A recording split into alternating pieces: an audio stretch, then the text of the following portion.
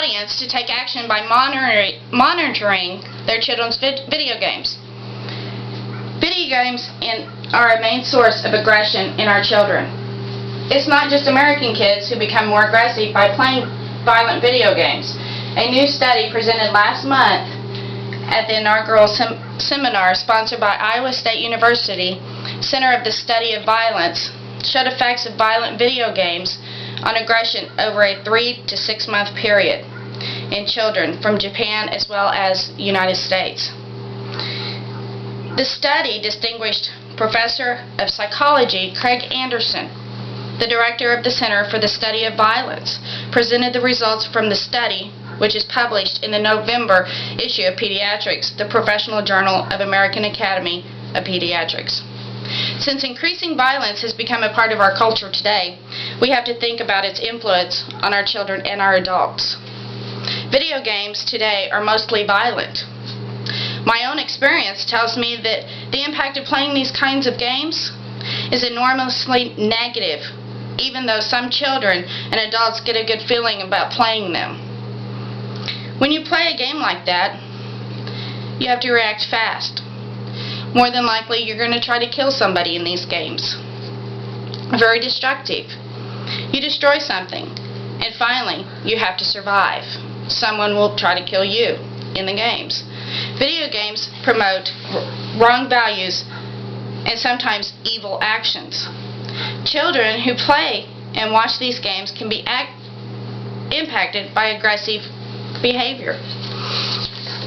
The children like to play strategy games where they figure out how to kill someone. They don't understand that they are becoming aggressive.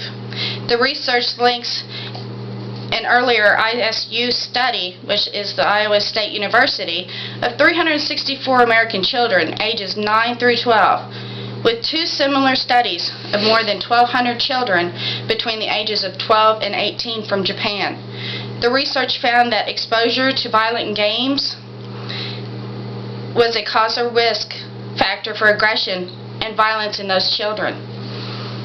The findings in the research was that in all three samples, a lot of violent video game play earlier in a school year leads to high levels of aggression during school year. The children were still aggressive at the end of the school year after the video games were controlled.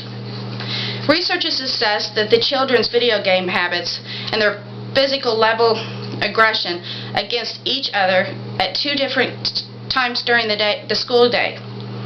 The studies varied somewhat in the length of time. The shortest duration, 3 months. The longest duration was 6 months.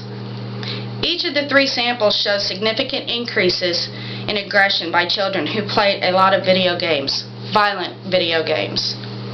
It is important to realize that the violent video games do not create school shooters.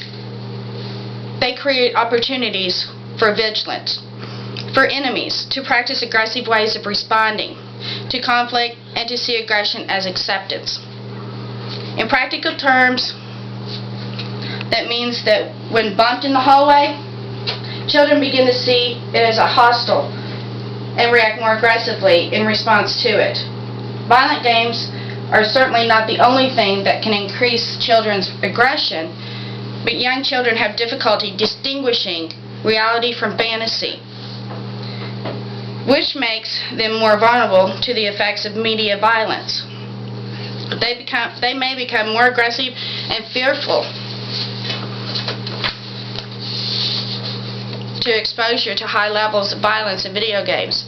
The entertainment industry aggressively markets violent media to young children.